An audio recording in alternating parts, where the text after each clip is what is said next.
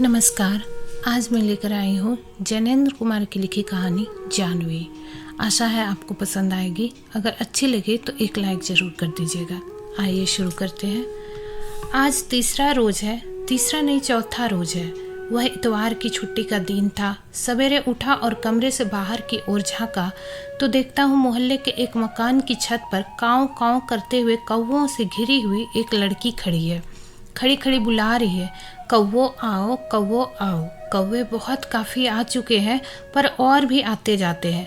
वे छत की मुंडेर पर बैठ अधीरता से पंख हिला हिलाकर बेहद शोर मचा रहे हैं।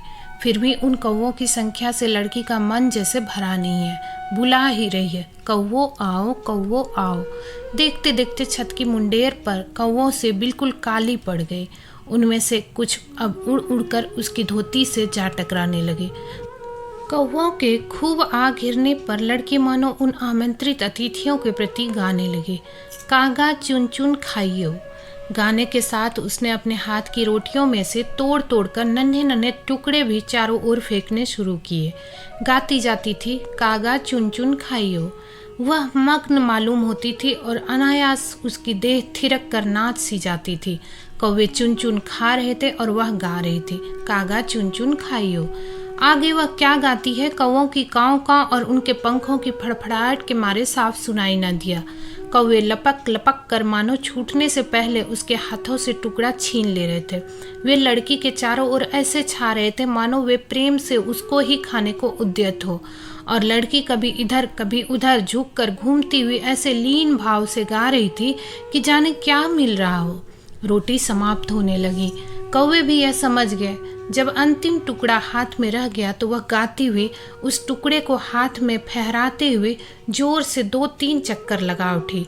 फिर उसने वह टुकड़ा ऊपर आसमान की ओर फेंका, कौवा खाओ, कौवो खाओ। और बहुत से कौवे एक ही साथ उड़कर उसे लपकने झपटे।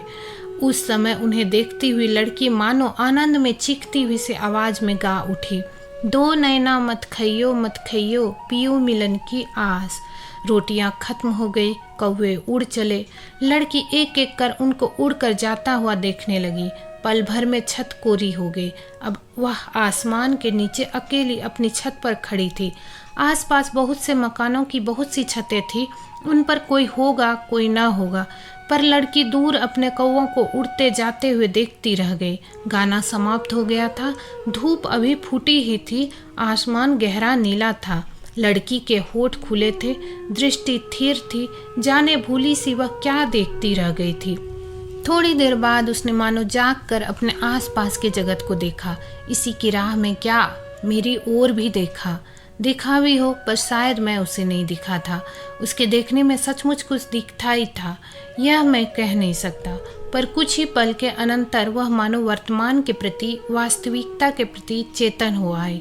तब फिर बिना देर लगाए चट चट उतरती हुए वह नीचे अपने घर में चले गए। मैं अपनी खिड़की में खड़ा खड़ा चाहने लगा कि मैं भी देखूं कि कौवे कहाँ कहाँ उड़ रहे हैं और वे कितने दूर चले गए हैं। क्या वे कहीं दिखते भी हैं? पर मुश्किल से मुझे 2-1 ही कौवे दिखे। वे निरर्थक भाव से यहाँ बैठे थे या वहाँ उड़ रहे थे। वे मुझे मूर्ख और घुनौने मालूम हुए। उनकी काली देह और काली चोंच मन को बुरी लगी। मैंने सोचा कि नहीं, अपनी देह में कौवों से नहीं नुचवाऊंगा। छी, घुन कर इन्हीं के खाने के लिए क्या मेरी देह है? मेरी देह और कौवे, छी। जान पड़ता है खड़े खड़े मुझे काफ़ी समय खिड़की पर ही हो गया, क्योंकि इस बार देखा कि ढेर के ढेर कपड़े कंधे पर लादे वही लड़की फिर उसी छत पर आ गई है। इस बार वह गाती नहीं है, वहाँ पड़ी एक खाट पर उन कपड़ों को पटक देती है और उन कपड़ों में से एक एक को चुन कर फटक कर वहीं छत पर फैला देती है। छोटे बड़े उन कपड़ों की गिनती काफ़ी रही होगी। वे उठाए जाते रहे, फटके जाते रहे, फैलाए जाते रहे, पर उनका अंत ही आता न दिखा। आखिर जब खत्म हो गए तो लड़की ने सिर पर आए हुए धोती के पल्ले को पीछे किया। उसने एक अंगड़ाई ली, फिर सिर को जोर से हिलाकर अनबंधे अपने बालों को छिटका लिया और धीमे धीमे वहीं डोलकर उन बालों पर हाथ फेरने लगी। कभी बालों की लट को सामने लाकर देखती, फिर उसी को लापरवाही से पीछे फेंक देती।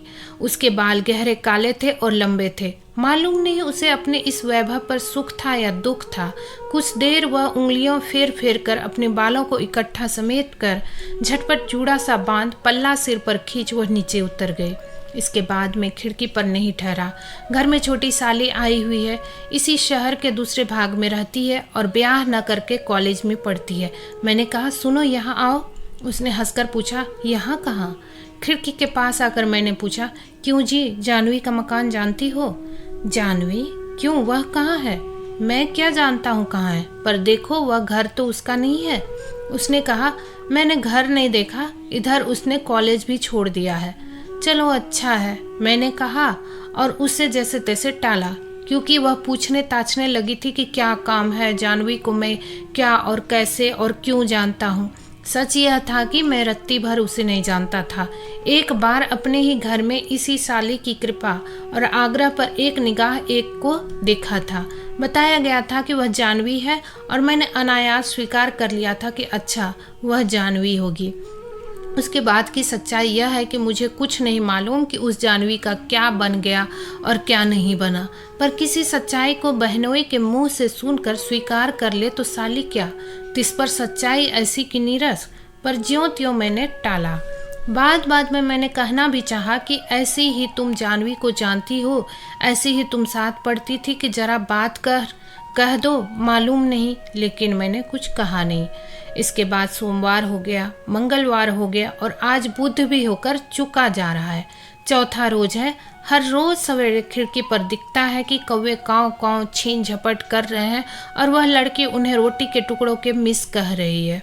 कागा चुन चुन खाइयो। मुझको नहीं मालूम कि कौवे जो कुछ उसका खाएंगे उसे कुछ भी उसकी सोच है। कौवा को बुला रही है, कौवो आओ, कौवो आओ। साग्रह कह रही है, कौवो आओ, कौवो आओ।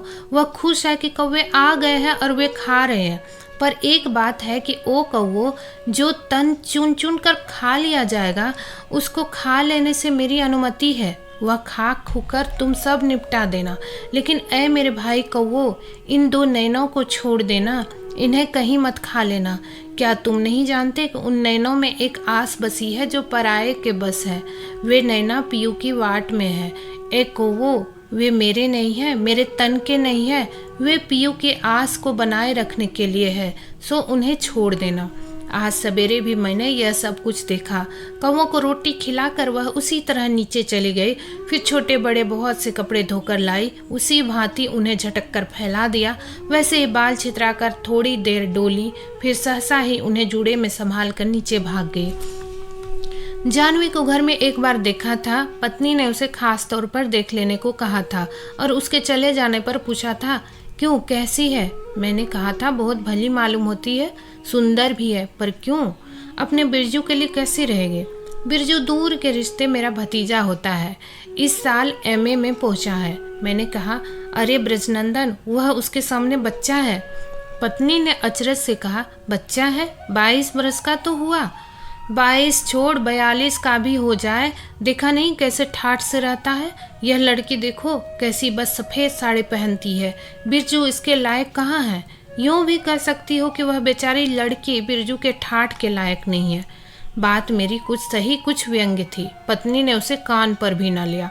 कुछ दिनों बाद मुझे मालूम हुआ कि पत्नी जी की कोशिशों से जानवी के माँ के द्वारा बाप से काफ़ी आगे तक बढ़कर बातें कर ली गई है। शादी के मौके पर क्या देना होगा, क्या लेना होगा, एक एक कर सभी बातें पेशगी तय होती जा रही है। इतने में सारे किए कराए पर पानी फिर गया। जब बात कुल किनारे पर आ गई थी, तभी हुआ क्या कि हमारे ब्रजनंदन के पास एक पत्र आ पहुंचा। उस पत्र के कारण एकदम सब चौपट हो गया। इस रंग में भंग हो जाने पर हमारी पत्नी जी का मन पहले तो गिरकर चूर चूर सा होता जान पड़ा, पर फिर वह उसी पर बड़ी खुश मालूम होने लगी। मैं तो मानो इन मामलों में अनावश्यक प्राणी हूँ ही। कानों कान मुझे खबर तक न हुए। जब हुई तो इस तरह। पत्नी जी एक दिन सामने आधम की, बोली, यह तुमने जानवी के बारे में पहले से क्यों नहीं बतलाया? मैंने कहा, जानवी के बारे में मैंने पहले से क्या नहीं बतलाया भाई? यह कि वह कैसी है? मैंने पूछा, ऐसी कैसी? उन्होंने कहा, बनो मत, जैसे तुम्हें कुछ नहीं मालूम। मैंने कहा, अरे यह तो कोई हाई कोर्ट का जज भी नहीं कह सकता कि मुझे कुछ भी नहीं मालूम, लेकिन आखिर जानवी के बारे में मुझे क्या क्या मालूम है यह तो मालूम हो। श्रीमती जी ने अकृत्रिम आश्चर्य से कहा, बिरजू के पास खत आया है, तो तुमने कुछ नहीं सुना? आजकल की लड़कियां बस कुछ ना पूछो। यह तो चलो भला हुआ कि मामला खुल गया, नहीं तो। क्या मामला? कहाँ, कैसे खुला और भीतर से क्या कुछ रहस्य बाहर हो पड़ा, सो सब बिना जाने मैं क्या निवेदित करता। मैंने कहा, कुछ बात साफ भी कहो। उन्होंने कहा, वह लड़की आशनाई में फंसी थी, पढ़ी लिखी सब एक जात की होती है। मैंने कहा, सबकी जात बिरादरी एक हो जाए तो बखेड़ा टले, लेकिन असल बात भी तो बताओ। असल बात जाननी है तो जाकर पूछो उसकी महतारी से। भली समधिन बनने चली थी, वह तो मुझे पहले ही से दाल में काला मालूम होता था, पर देखो ना कैसी सीधी भोली बातें करती थी। वह तो देर क्या थी, सब हो ही चुका था, बस लगन मुहूर्त की बात थी। राम राम, भीतर पेट में कैसी कालिख रखे हैं मुझे पता न था। चलो आखिर परमात्मा ने इज्जत बचा ली। वह लड़की घर में आ जाती तो मेरा मुंह अब दिखने लायक रहता।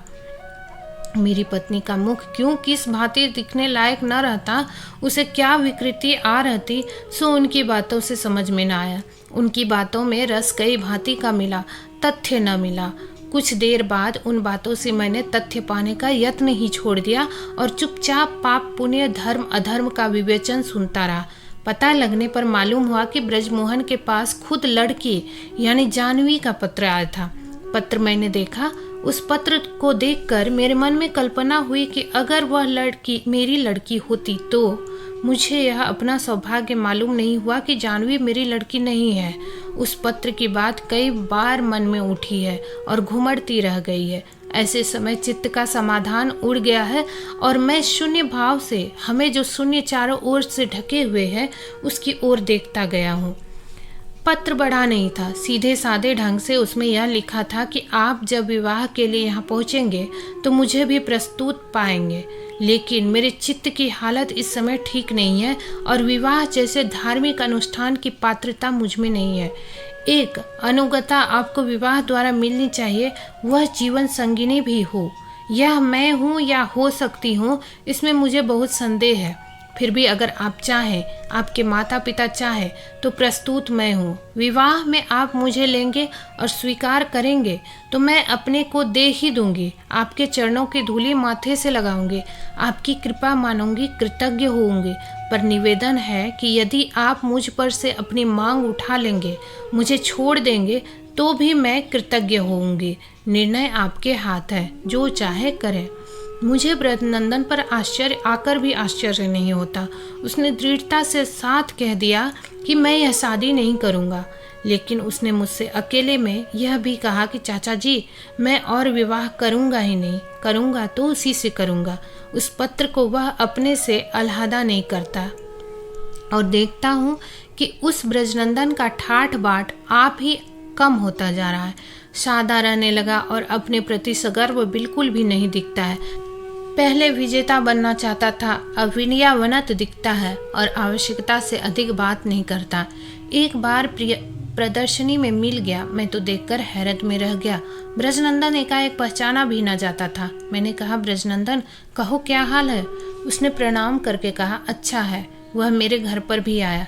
पत्नी ने उसे बहुत प्रेम किया और बहुत बहुत बधाइयाँ दी कि ऐसी लड़की से शादी होने से चलो भगवान ने समय पर रक्षा कर दी।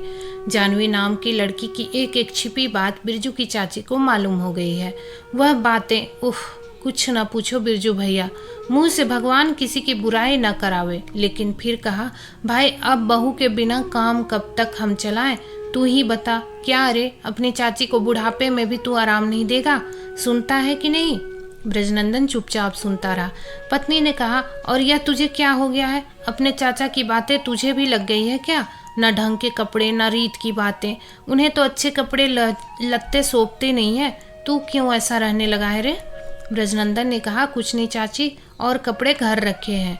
अकेले पाकर मैंने भी उससे कहा, ब्रजनंदन बात तो सही है, अब शादी करके काम में लगना चाहिए और घर बसाना चाहिए, है कि नहीं?